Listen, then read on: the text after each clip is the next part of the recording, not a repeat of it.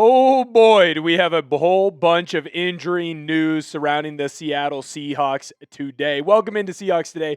I'm your host, Will Ortner, and we're going to dive into some key injuries for your Seattle Seahawks, as well as some other injury news that, frankly, we've been asking about what was going to happen with these two players the entire season, and we finally get a much clearer picture on them, starting with Jonathan Hankins. The defensive tackle has spent most of his career bouncing around the NFL, playing a lot of time over with the Cowboys, thought to be brought in for your Seattle Seahawks and being a key member of this defensive squad. Hasn't been able to play, missed most of training camp and this entire season so far with a back injury. Head coach Mike Macdonald did go into his presser and said that Hankins is going to be done for the year. As soon as that news broke, I went and tweeted this out on my Twitter, at Will Ortner. That's the real one, by the way. Go and follow me for the latest breaking Seahawks news. No Jonathan Hankins for the rest of the year for the Seahawks. And to be honest, it might be the end of Hankins' career. Now, why am I saying this around Jonathan Hankins? I'm not trying to be mean. It's just when you have a player that is past 30 years old, especially playing in the interior of a defensive line, you take a lot of body blows. You take a lot of shots. It's not easy for a human being to be as big as we ask defensive tackles, as well as move as quickly as we ask players to move at that size. And remember, the injury for Hankins is a back injury. Now, there is no word yet on if he had surgery or not, but the minute that you start having knee injuries, back injuries, and shoulder injuries, that's when people start getting worried. And with Hankins, with his age, you factor in the point that this year he hasn't been able to come back from the injury. I do wonder if it is the end of a wonderful career for him. I hope I'm wrong, but it does feel like it might be the end for Hankins. Now, the other player that a lot of people have been asking questions about is defensive tackle Rylie Mills. Now, the rookie coming out of Notre Dame has not been available all year because he's been dealing with a torn ACL that he suffered last year in the college football playoff when Notre Dame hosted Indiana, and they ended up getting a big victory in that one. Mills would fit right into that defensive tackle spot, could learn under Jarran Reed, ended up becoming a key member of this Seahawks defense. This is coming from Brady Henderson over on ESPN, and he tweeted, Mike Macdonald said it did look like defensive lineman Rylie Mills is a couple weeks away from being able to practice. That about fits, right? He would have torn his ACL middle of December, beginning-ish of December.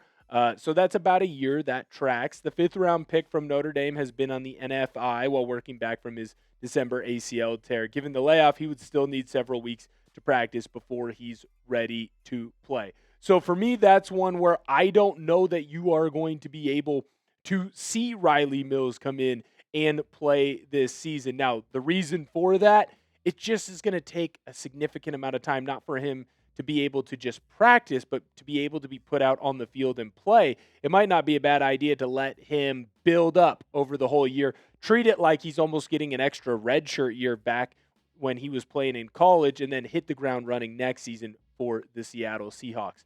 Let me know, though. Look into your crystal ball. Do you think we're going to see defensive tackle Rylie Mills this year? Personally, I don't. I think that in the best interest of him and with where he's been at in his recovery, let's wait until next year to see him play. But, I'm not a doctor. I might be wrong. Let me know down below in the comments if you think we're going to see Rylie Mills at some point this season. Now, Mike Macdonald did go in to mention 3 key injuries for your Seattle Seahawks, and we're going to go through each one of them one by one and talk about what the injury is. Do we expect to see them this week against Tennessee? And honestly, my opinion on if we should see them this week against Tennessee.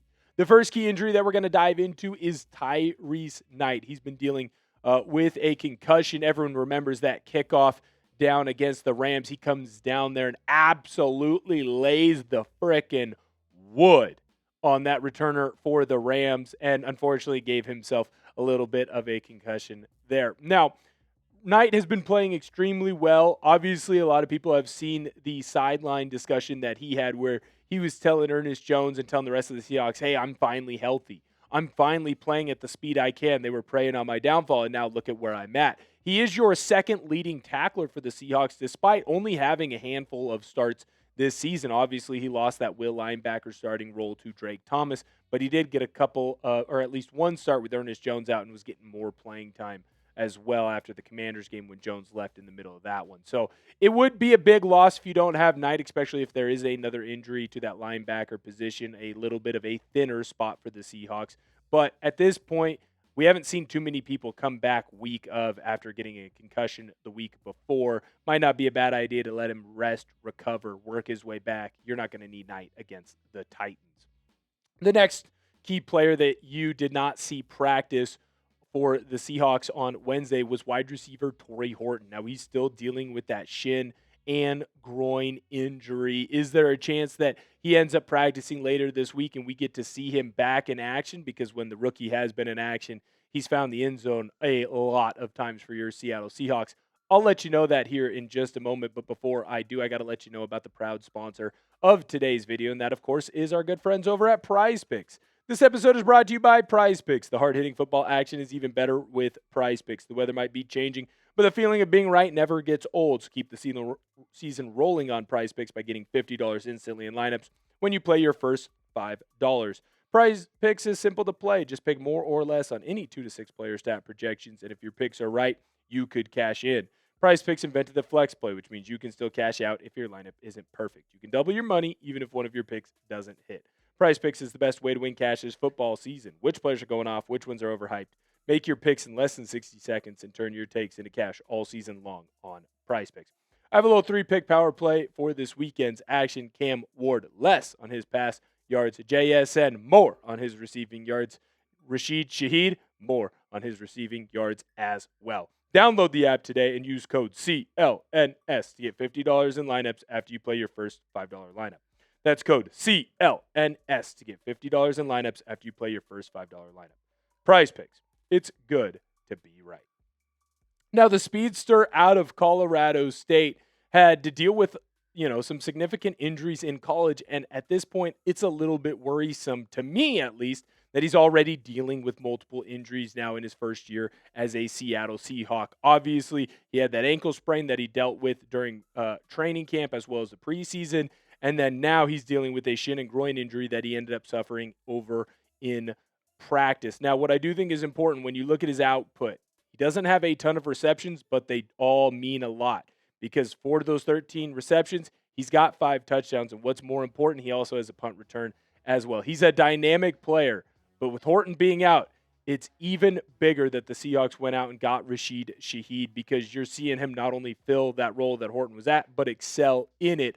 I think that if you can get Horton back and let him kind of play alongside Shaheed, you're really going to open things up, not just for those two and JSN, but for A.J. Barner as well. He ended up having 10 catches against the Rams because the Rams weren't going to let JSN beat him. Still got 100. They weren't going to let Rashid Shaheed beat him. He's about a fingertip away from Emmanuel Forbes from having a big day. But A.J. Barner ended up getting 10 tutties. Horton coming back for the team is going to open up a lot of things for the Seahawks, but I will say this. I don't know that I need to see him against the Tennessee Titans. They suck. Let him rest. Let him recover. The last key injury is probably the biggest, and that's your offensive lineman, Gray Zabel. I think when he went down immediately, we all thought the same thing. Oh, no. He's going to be done for the year because the minute that you cannot walk off the field, you have to be helped off, especially as a lineman. It's a point of pride to walk off the field when you do have an injury. That means it's really, really bad more often than not. Now, he did get imaging done. Obviously, it was revealed that he doesn't have any significant knee injury issues. That being said, in my eyes, let the rookie rest. You don't necessarily need him against the Tennessee Titans. Frankly, you might not necessarily need him against the Minnesota Vikings, but I'd rather have Gray Zabel available for that Vikings game than have him play in this Titans game and then end up missing a bunch of time. He's been fantastic, hasn't allowed a sack this year. His run blocking, it fits with the system that you want to play in Seattle. And look, I know that you're probably going to have to deal with another Christian Haynes game, but if I'm going to deal with the Christian Haynes game, I'd rather deal with it against the Tennessee Titans than maybe, let's say, the Colts or the Rams when you play them part 2, or even the San Francisco 49ers when you play them part 2 as well. I want you to sound off right now. I think this week, short term, I'm not too worried about the Seahawks injuries. That being said, if this continues, I might be a little bit worried for them as well. Are you worried about the Seahawks injuries? Let me know down below in the comments. Here's the entire practice report for Wednesday. All the guys who either missed some time with injuries or, were limited participants in this practice. Kobe Bryant and Nick Eamon-Worry, I'm okay with both of them on a Wednesday. Eamon-Worry ends up being a full participant. Kobe Bryant has a limited participation there. As long as both of them are out and moving around in some way, that's a big deal. Ernest Jones, no issues, full participant. I think that's huge. Let some of the older guys rest. JSN, Leonard Williams, DeMarcus Lawrence, they've been balling out this year. Obviously, head coach Mike McDonald said that he's going to a more physical brand of practice on Wednesdays because the team needs it. Well, you know who doesn't need it? Those three guys. Let them rest. Let them recover. The other one to keep an eye on as well is Robbie Oots. He ends up missing practice. He did have an elbow, but he also had a personal matter there. So make sure that, you send some positive vibes to him that way. I've said it already. I'm not worried about the Seahawks or their injuries for the Titans game. In fact, I'm completely comfortable with all three of those guys not going out, not participating in this matchup. I think that you can beat the Titans with your left hand tied behind your back. That's not me looking at an NFL team and completely disrespecting them. I just think there's utter chaos right now in Nashville. I don't think that they are built for short-term success, and it's going to take quite a while to get some long-term success there as well. They have a good quarterback, but right now, that rookie QB is just getting beat up on. I think Ward will turn into something. I'm a little biased because he's a former Coug, kind of. But I will say this. I think it's best to let all three of your main guys that are on those key injury reports, Knight, Zabel, and Horton, let them rest.